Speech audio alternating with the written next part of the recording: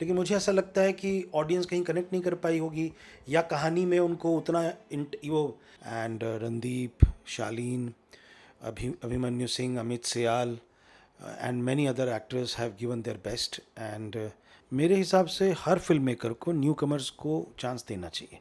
मुस्कान और हरजिंदर को मैं जब पहली बार मिला था तभी मैंने रियलाइज़ किया कि दोनों में टैलेंट है, इनके टैलेंट को उभारने की ज़रूरत है। हिंदी फिल्म इंडस्ट्री में डायरेक्टर्स का और राइटर का उतना सम्मान नहीं है, स्टार्स का ज़्यादा सम्मान है। एक्चुअली फिल्म बनाते डायरेक्टर और राइटर हैं। जब तक आप उनको वो इज्जत नहीं देंगे और उनको ये मानेंगे नहीं कि वही फिल्में बनाते हैं, तब तक ये चेंज नहीं आएगा। लेकिन सलमान खान बहुत बड़ा स्टार है, अच्छी ऑनसेबल कास्ट थी, ईद पे पिक्चर थी, मेरी बहुत उम्मीद थी कि पिक्चर बहुत बड़ी करे। इज़ रियली माई ब्रदर, तो मैंने उसके लिए देखा था और मुझे बड़ा अच्छा लगा था कि उसने अपनी एक जगह बनाई और शालीन बहुत आने वाले समय का बहुत बड़ा स्टार है। हेलो दोस्तों, मैं नीरज पाठक, आप देख रहे हैं फीफा फूस। तो पहले तो आपका स्वागत है हमारे चैनल फीफा फूड्स में। क्या कहना है, सीरीज आउट हो चुकी है, काफ़ी अच्छा रिस्पांस मिल रहा है, क्या कहना है आपका? इससे ज़्यादा एक फिल्म मेकर क्या चाह सकता है कि शो कल रात को आया है और बहुत सारे कॉम्प्लीमेंट्स आ रहे हैं। एक्चुअली मैं पूरी रात सो नहीं पाया बिकॉज लास्ट कॉम्प्लीमेंट 5:30 पे आया और मैं 6 बजे सोया, तो I am really overwhelmed and बहुत ही ह्यूमिलिटी से इस रिएक्शन एंड रिस्पॉन्स को एक्सेप्ट कर रहा हूँ। इसमें पूरी टीम की बहुत मेहनत लगी है and Randeep, Shaleen, Abhimanyu Singh, Amit Sial and many other actors have given their best and I want to thank my writers, I want to thank editor, cameraman, each one of them have given their best and especially Geo Studio, Jyoti Deshpande ji, Tej, I want to thank you from bottom of my heart for giving me this platform to showcase my talent. Okay so as a director एक कहानी को choose करना कि like script अच्छी है, तो हम ये कहेंगे, जानना चाहूँगी अविनाश के नाम पे क्या था, स्क्रिप्ट मेन फैक्टर था या आपका करने का क्या रीज़न है? अविनाश प्रोजेक्ट मेरे पास, मैंने अविनाश को नहीं चुना, अविनाश ने मुझे चुना। ऐसा लगता है क्योंकि हम हमेशा कहानियों की तलाश में रहते हैं और एक्सीडेंटली मैं अविनाश मिश्रा जी से मिला जो एक रियल कॉप हैं यूपी के। बहुत बड़ा नाम उनका रहा है यूपी की पुलिसिंग में और मैं उनसे एक्सीडेंटली मिला और मिलते ही 10 मिनट में मैं उनका फ़ैन हो गया। उनके केसेस का जो उन्होंने यूपी पुलिस में जितने क्रिमिनलों को एनकाउंटर किया था, आपको जानकर आश्चर्य होगा कि उन्होंने 150 एनकाउंटर ऑफिशियली किए हैं। तो जब मैं उनसे मिला तो मुझे लगा इनकी कहानी कमाल है और ये कहनी चाहिए और तब मैंने उनके साथ करीब 1 डेढ़ साल गुजारा, उनका पूरा कहानी को ग्रैस्प किया और वहीं से मैंने शुरू किया। ओके सर, जानना चाहूँगे अगर इंस्पेक्टर अविनाश की बात करें तो रणदीप सर है, वो भी काफ़ी जाने जाते हैं अपनी एक्टिंग के लिए। जानना चाहूँगी उनको कैसे ऑन बोर्ड हुए वो, एंड क्या एक्सपीरियंस था उनके साथ वर्क करने का? जब मैंने ये शो लिख रहा था तो मेरे दिमाग में पहला नाम रणदीप का ही आया था और मैंने बोला कि लेट मी मीट हिम। और आप, एक बड़ा यूनिक सा हंसने वाला किस्सा है कि जब मैं उनसे मिला तो रात के 10 बजे थे और मिले, हेलो ब्रदर किया और फिर बोले भाई मैं पुलिस छोड़ के कोई भी और रोल सुना देना, पुलिस नहीं करना चाहता हूँ। और ये पूरा पुलिस ऑफिसर का ही रोल था। तो मैंने उनसे कहा कि ब्रदर है तो पुलिस वाला ही है, लेकिन अब तुझे नहीं करना तो कोई बात नहीं, मैं सुनाता हूँ और देन तू मत करना। तो उनको भी लगा कि चलो नीरज आया है तो एक 10 मिनट सुन लेता हूँ और उन्होंने बड़े बेमन से ना करने के लिए सोचकर सुनना शुरू किया।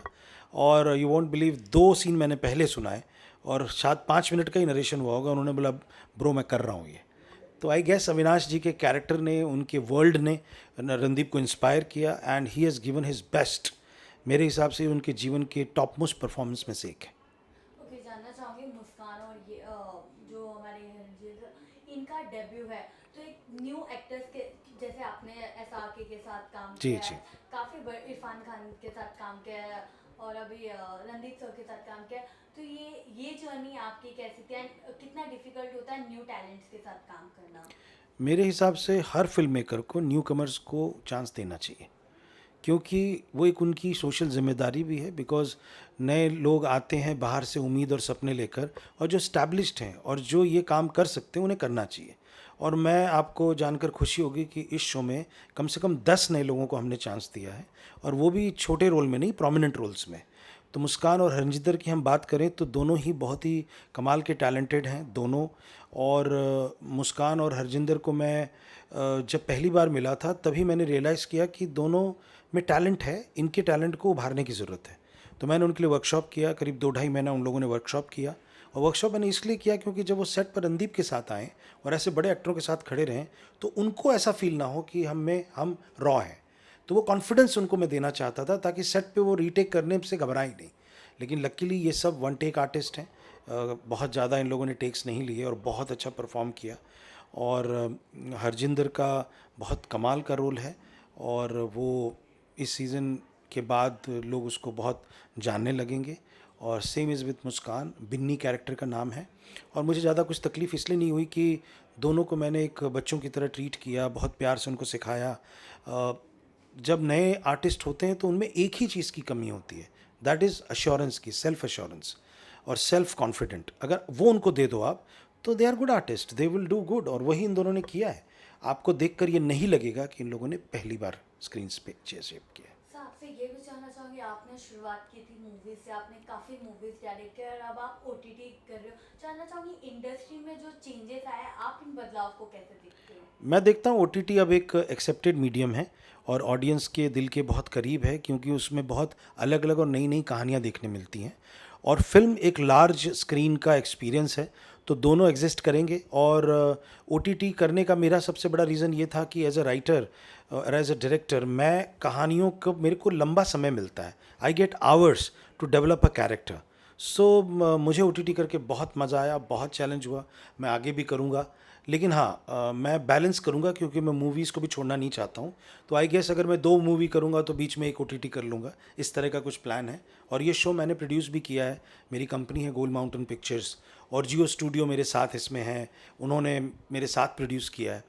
तो उनके साथ मिलके ही मेरी इच्छा है कि मैं 5-6 अच्छे कंटेंट, अच्छा काम मैं उनके साथ करूँ, मूवीज़ और शो दोनों में। सो आजकल की अगर मैं मूवीज की बात करूँ, जितने भी हमारे बड़े बड़े स्टार्स हैं, कहीं ना कहीं उनकी मूवीज फ्लॉप हो रही है।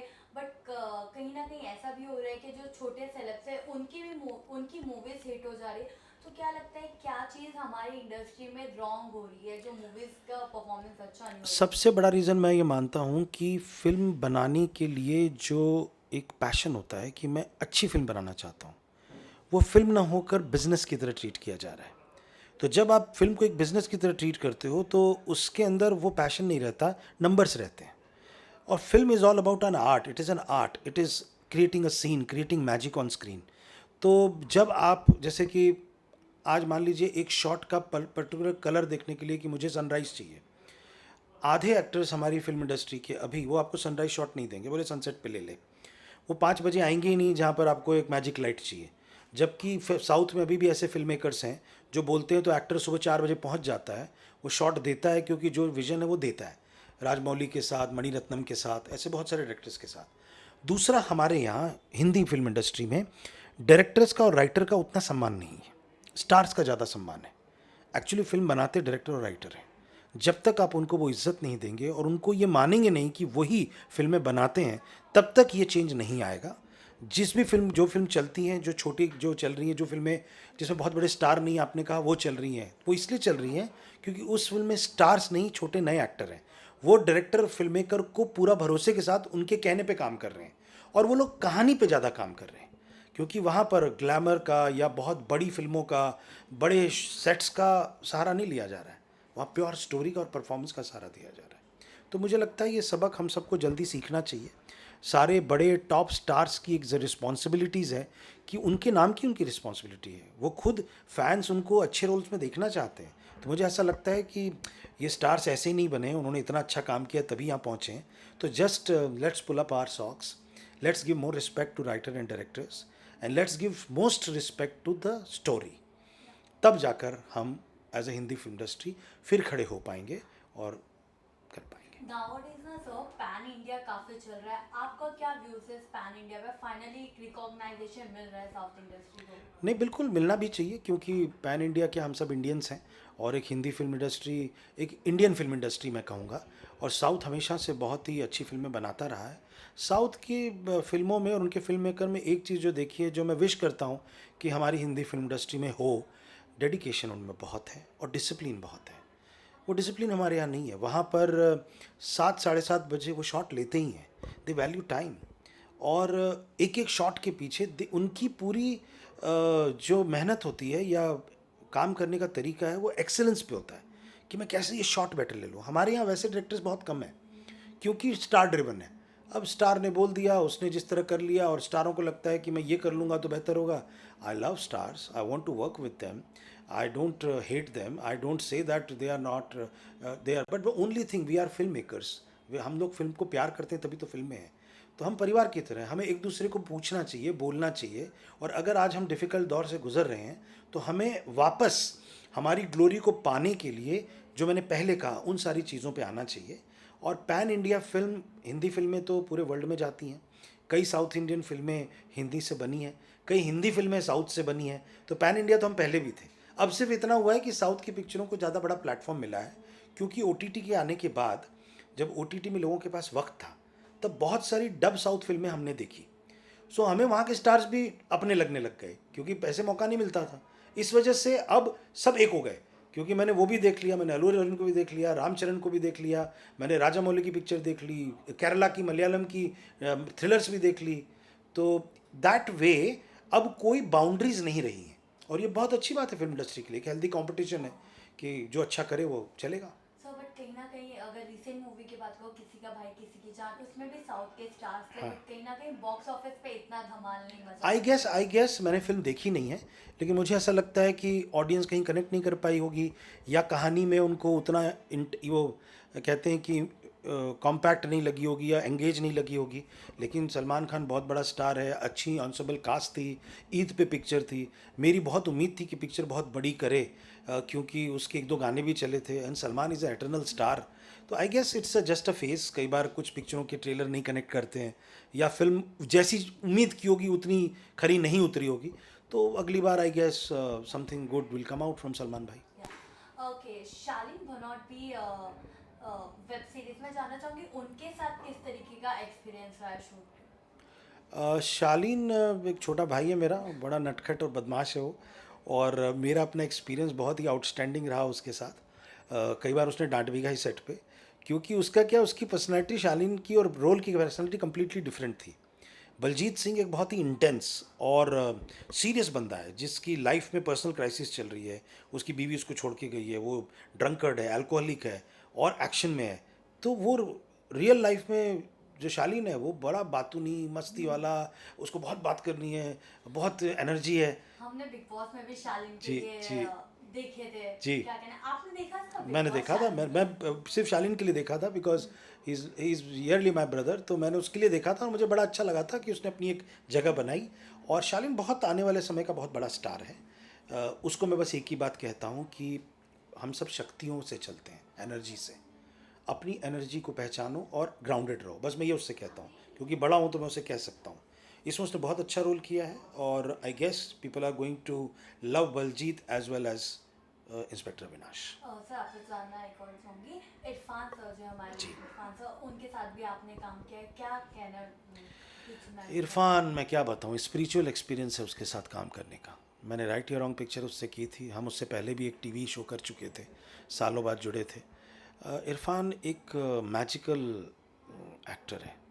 उसके बारे में बोलते बोलते मेरी आंखें भर आती हैं क्योंकि हमने बहुत अच्छा अरसा गुजारा था और हम एक फ़िल्म करने वाले थे राइट या रॉन्ग के बाद, स्क्रिप्ट भी लॉक कर दी थी एंड बस अब हम लोग अनाउंस करके डेट करके हम शुरू करने वाले थे और तब उसकी न्यूज़ आई एंड मैं उससे मिल नहीं पाया जाने के पहले, बहुत अफसोस था।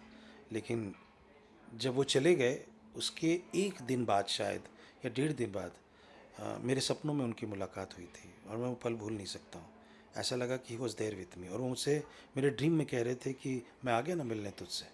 और हम लोगों ने आधा घंटा चैट की और बहुत गले मिलकर देन ही डिपार्टेड। तो समवेयर डाउन द लाइन जो बॉन्ड मेरा उसका था, शायद वो इस तरह से कहते हैं कि जिनकी जिनकी डेथ होती है, इंतकाल होता है, वो 3-4 दिन तक उनकी ऑरा यहीं रहती है पृथ्वी पर before they part for other eternal world. तो वो मैं मोमेंट भूल नहीं सकता हूँ।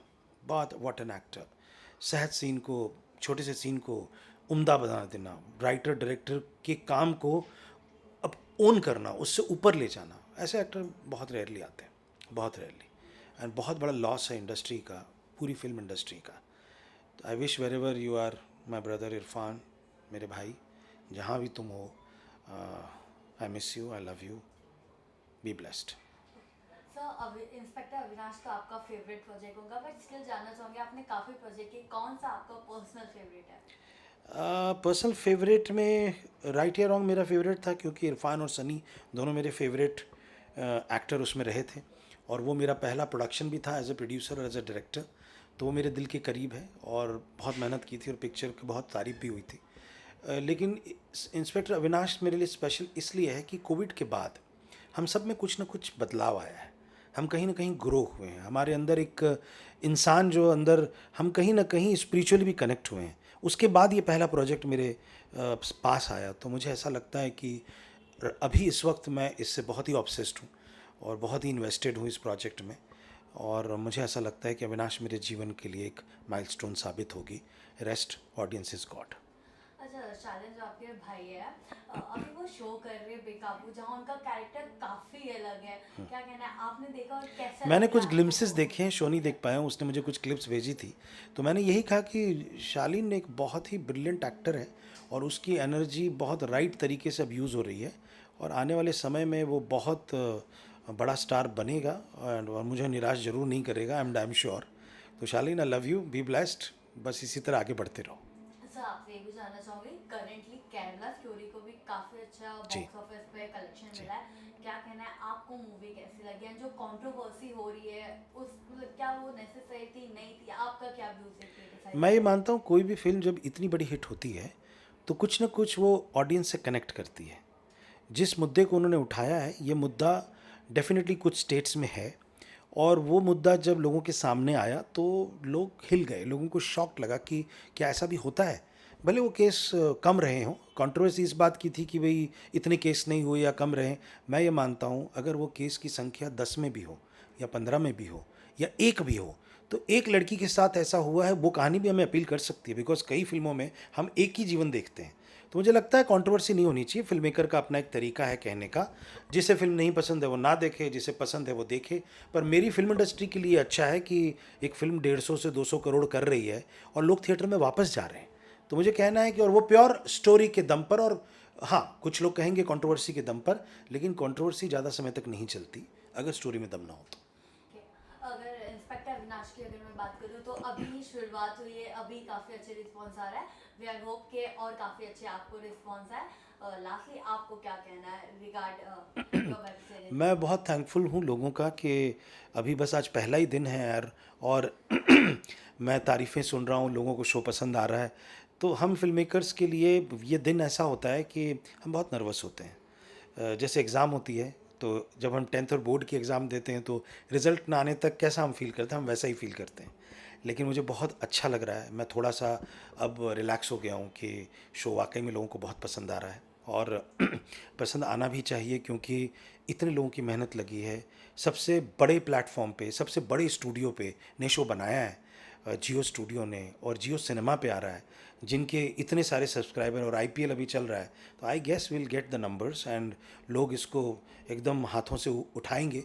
और मैं आपका शुक्रगुजार हूँ कि इसी तरह हमारा हौसला अफजाई करते रहिए, और मैं आपको बहुत सारी कहानियाँ देते रहूँगा। Thank you thank you. So much.